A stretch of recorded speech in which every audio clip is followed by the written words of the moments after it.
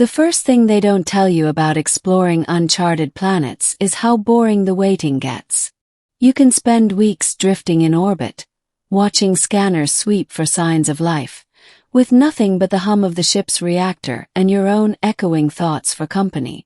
That's where I was, 3 weeks into orbit around an unnamed world on the edge of the Varellan sector, a lush blue-green marble of a planet that looked like paradise through the viewport. Dense jungles, deep oceans, a thick oxygen-rich atmosphere. Everything screamed habitable, yet no transmissions, no spaceports, no signs of technology. Just silence. My name's Dax Renner, survey officer of the exploration vessel Ether's Dawn. My job: go down, poke things, make sure they don't kill us, and report back. So, naturally, when the captain finally gave me clearance to land, I nearly tripped over my own boots running to the shuttle bay. The descent. The air shimmered pink as the shuttle burned through the atmosphere. My instruments were useless halfway down. Magnetic interference, some kind of ion storm below the clouds. When I finally broke through, the view took my breath away. Endless emerald forests blanketed the horizon. Giant crystal spires jutted from the ground like frozen lightning bolts. Rivers of molten silver snaked between cliffs. It was beautiful, surreal, and unsettlingly quiet. I touched down in a clearing near a crystal formation and stepped out into the humid air. The first thing I noticed was the smell. Sharp, metallic, and oddly sweet. The second thing I noticed was the sound, or rather, the lack of it. No wind. No insects. Nothing. All right, I muttered to my recorder. No immediate signs of life. Atmosphere breathable. Terrain stable. Probably safe. That's when I heard it. A soft laugh. Froze. It wasn't coming from the comms or the shuttle. It was close. Too close. Who's there? Called out, turning slowly. My pulse quickened as something moved between the trees. Tall, graceful, with skin that shimmered like moonlight. She stepped out from the shadows, and for a second I forgot how to breathe. The alien woman. She looked human almost. But her skin had an iridescent glow that shifted colors as she moved. Her eyes were too large, too bright. Silver like liquid mercury. She wore what looked like woven leaves that reflected light like glass. And she was, well, very fit. "Ah," I said brilliantly, lowering my blaster. "Hi there." She tilted her head, studying me like I was an odd species of bug. Then in perfect English, which was impossible, she said, "You are not of this world." Her voice was melodic, layered, like two people speaking at once. "Yeah," I said, trying to play it cool. "I'm kind of from out of town." She stepped closer, her gaze sweeping over me. "You breathe our air easily. That is unusual. Guess I'm lucky." I laughed nervously, shifting my weight. And because I'm an idiot when I'm nervous, the words just slipped out before I could stop them. "Nice, but..." Silence. She blinked once, slowly, then smiled. A slow, knowing curve of her lips that sent a chill down my spine. "Then you will be my mate," she said. "The bonding ritual." I laughed again, awkwardly. "Right, yeah, funny joke, wait, what?"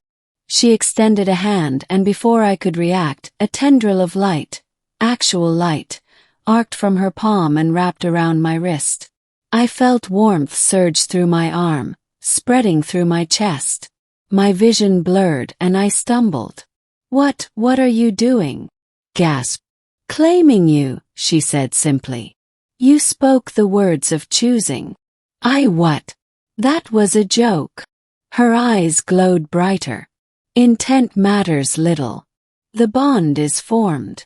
I tried to pull free, but the energy pulsing between us only grew stronger. My mind filled with flashes. Memories that weren't mine. I saw towering cities of crystal, skies filled with silver ships, then war, fire, ruin. Her people, the Cyrene, had been nearly wiped out by something they called the Hollow Swarm. She was one of the last. And now, apparently, I was her mate. Learning to understand. The next few days, or whatever counted as days on that planet, blurred together. Her name was Ilera, and she insisted I stay with her in her home, a vast crystalline structure that pulsed with faint light. The bond between us wasn't just symbolic. I could feel her emotions, her thoughts brushing against mine like whispers. Sometimes she'd look at me and I'd feel an overwhelming wave of curiosity or amusement. She was trying to understand me, just as I was trying to understand her. "I did not know your kind could be so reckless," she said one evening as we sat beside a glowing river. "That's one way to put it." "You jest often," she said, tilting her head. "Why?" "Because it makes things easier," I admitted.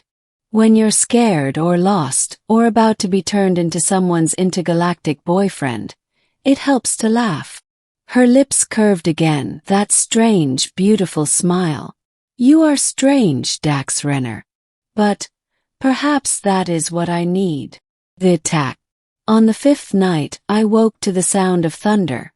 Only it wasn't thunder.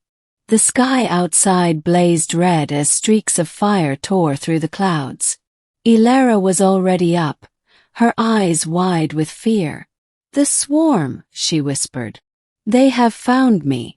Before I could ask what she meant, the forest erupted. Metal spheres, like floating orbs of molten glass, descended from the sky, firing beams of energy that scorched the earth. "Run!" she shouted.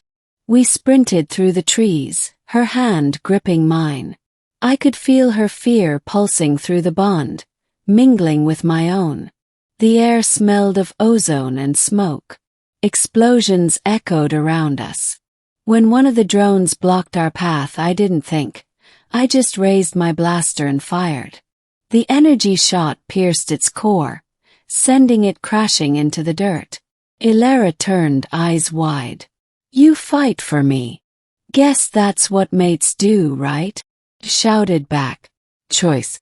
We reached the crystal spire near where I'd landed.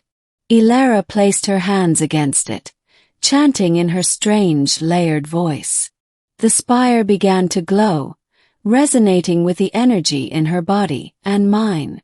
"The bond gives us power," she said. "But it will cost you." "What kind of cost?"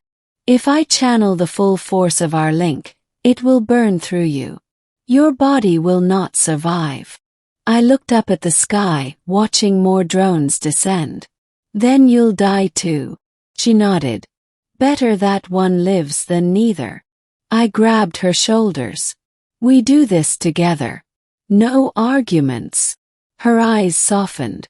"You would die for me." Smiled. "I said nice but didn't I?" She laughed, a sound like music, then pressed her forehead to mine. "Then we are one." Light erupted around us, blinding and pure. I felt her presence surge through me, not just in my mind but in every atom of my body. Together, we unleashed a wave of energy that tore through the sky, disintegrating the swarm's ships in a cascade of silver fire. The aftermath. When I woke, I was lying in the ruins of the spire. The sky was clear again, stars glimmering faintly above. Ilera knelt beside me, her glow dim but warm. "You live," she said softly. "Barely," I groaned. "Guess we make a good team." She smiled. "The bond remains. Our lives are tied, for however long they last." I looked out at the horizon, where the first hints of dawn painted the alien sky gold. "Well," I said, "could be worse. I've had worse first dates." She tilted her head. "Dates? It's complicated."